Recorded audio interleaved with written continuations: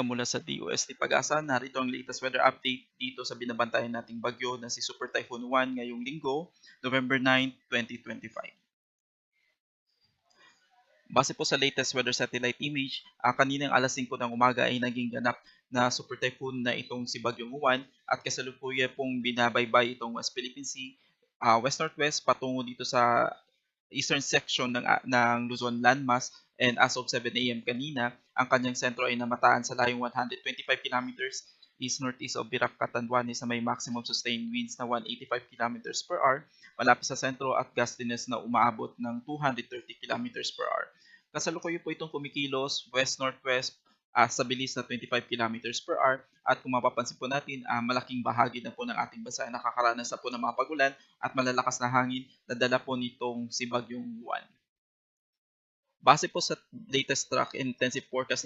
nitong si Super Typhoon 1, so ngayong araw ay inaasahan po na magkakaroon po ito ng close approach dito sa may Bicol region ngayong umaga, and dahil po sa lapit ng track nitong Bagyong Juan dito sa area ng Catanduanes, dalawa pong pwedeng mangyari. Una is magkaroon po ito ng direct hit, or yung eye wall nitong si Bagyong Juan ay maaari pong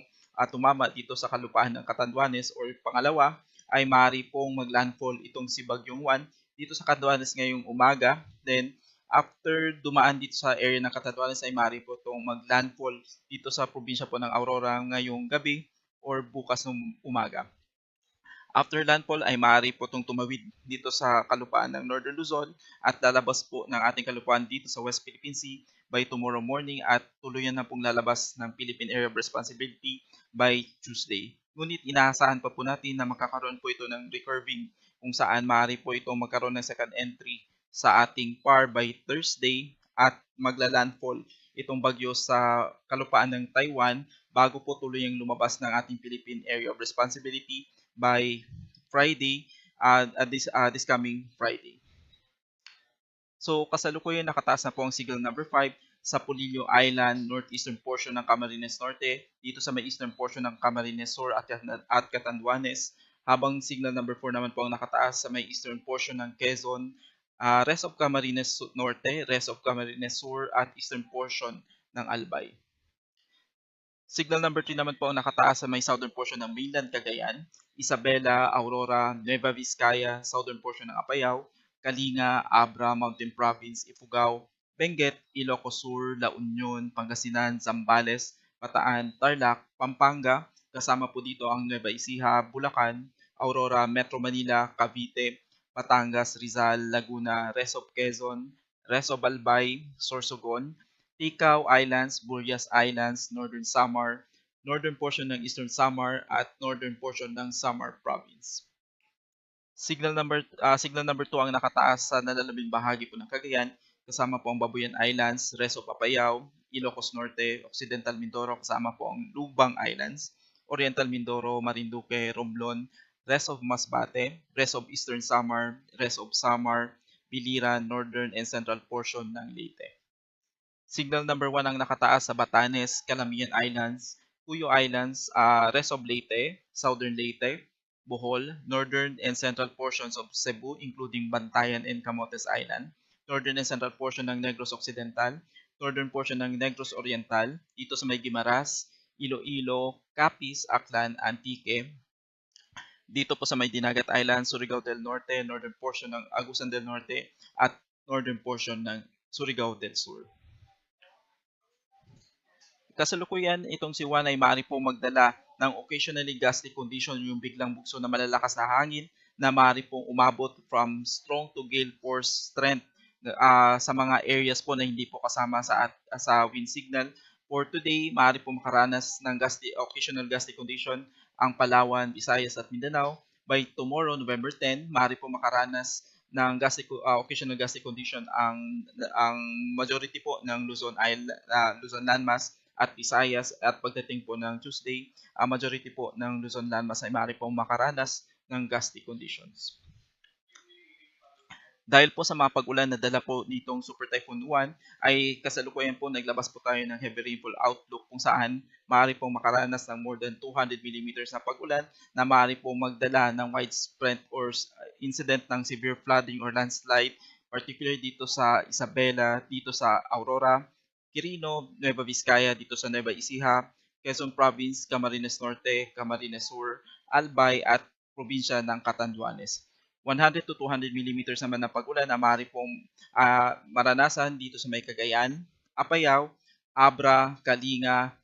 Mountain Province, Ifugao, Benguet, Nueva Vizcaya, Pampanga, Pangasinan, Tarlac, Zambales, Pampanga, Bulacan, Bataan, Metro Manila, Rizal, Cavite, Laguna, Batangas, kasama po ang Marinduque, Masbate, Sorsogon, Northern Samar, Samar Province, at itong Eastern Samar. Habang ina-expect naman po na makakaranas po ng 50 to 100 mm sa pag-ulan ang Ilocos Norte, Ilocos Sur, La Union, itong Occidental Mindoro, Oriental Mindoro, Romblon at probinsya po ng Leyte.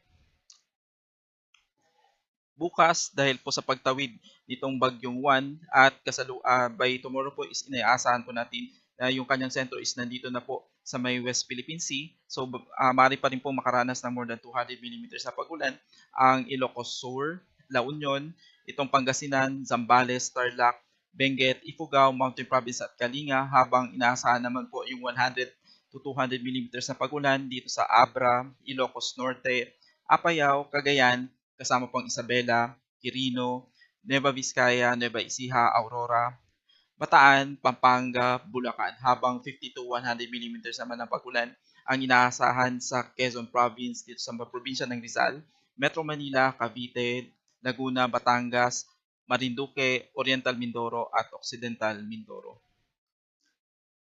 By Tuesday, dahil sa papalayo na po itong si Bagyong Juan, ay makakaranas pa rin po ng 50 to 100 millimeters na pag-ulan ang Ilocos Sur, La Union, Benguet at Pangasinan.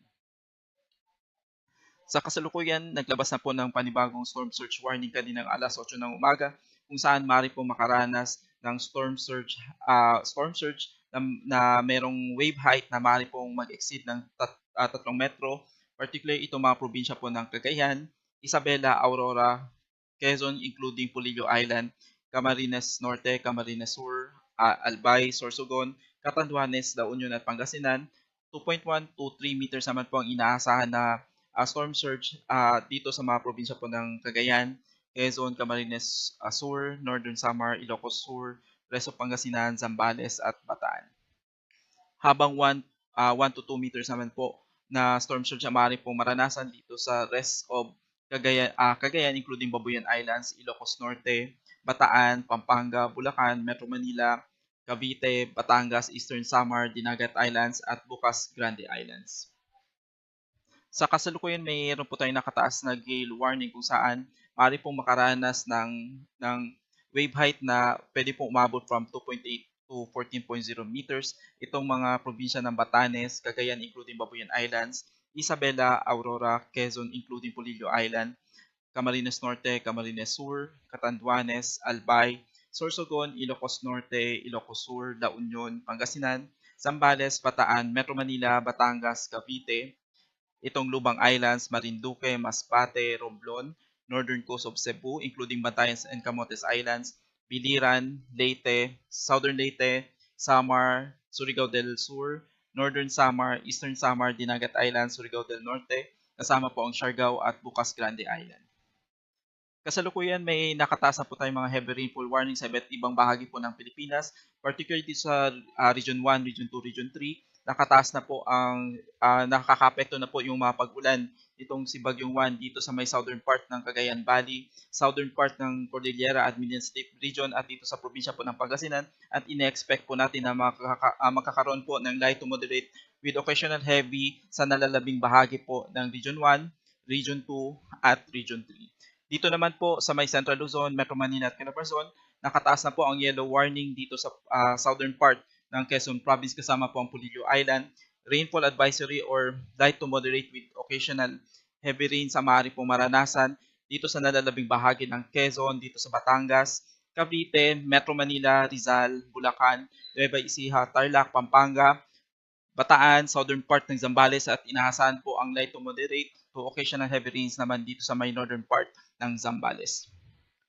Sa kasalukuyan, nakataas na rin po ang red heavy rainfall warning sa malaking bahagi ng Bicol Region dito sa may Northern Samar, Masbate habang nakataas ang yellow rainfall warning dito sa may Oriental Mindoro, dito sa Marinduque, at dito sa Romblon. Sa Visayas, nakataas na rin po ang red rainfall warning dito sa malaking bahagi po ng Samar Island, dito sa may northern part ng Leyte, habang ang natitirang bahagi po ng Leyte ay nakataas na rin po yung orange at yellow warning, habang ang Southern Leyte ay kasalukuyang nasa rainfall advisory. Habang ang northern part po ng Cebu Island at itong northern part ng Panay Island ay kung saan nakataas na rin po ang yellow warning, habang ang natitirang bahagi po ng Visayas ay makakaranas po ng light to moderate to occasional heavy rains kung saan nakataas po ang rainfall advisory. Habang sa Mindanao, malaking bahagi po ng Mindanao, particularly itong western section ng Mindanao, kasama po ang northern Mindanao at Caraga region ay makakaranas na rin po ng mga moderate to at times heavy rains na dala po nitong bagyo ngayong araw. Para po sa karagdagang impormasyon, maaari niyo pong bisitahin ang panahon.gov.ph para malaman kung ang inyong lugar ay kasama po sa mga areas na kung saan may nakataas pong na thunderstorm advisory at heavy rainfall warning. Para po malaman kung if ever ang iyong lugar ay kasama po sa mga high risk of landslide, storm surge, at flash flood, maaari nyo lang pong bisitahin ang hazardhunter.georis.gov.ph.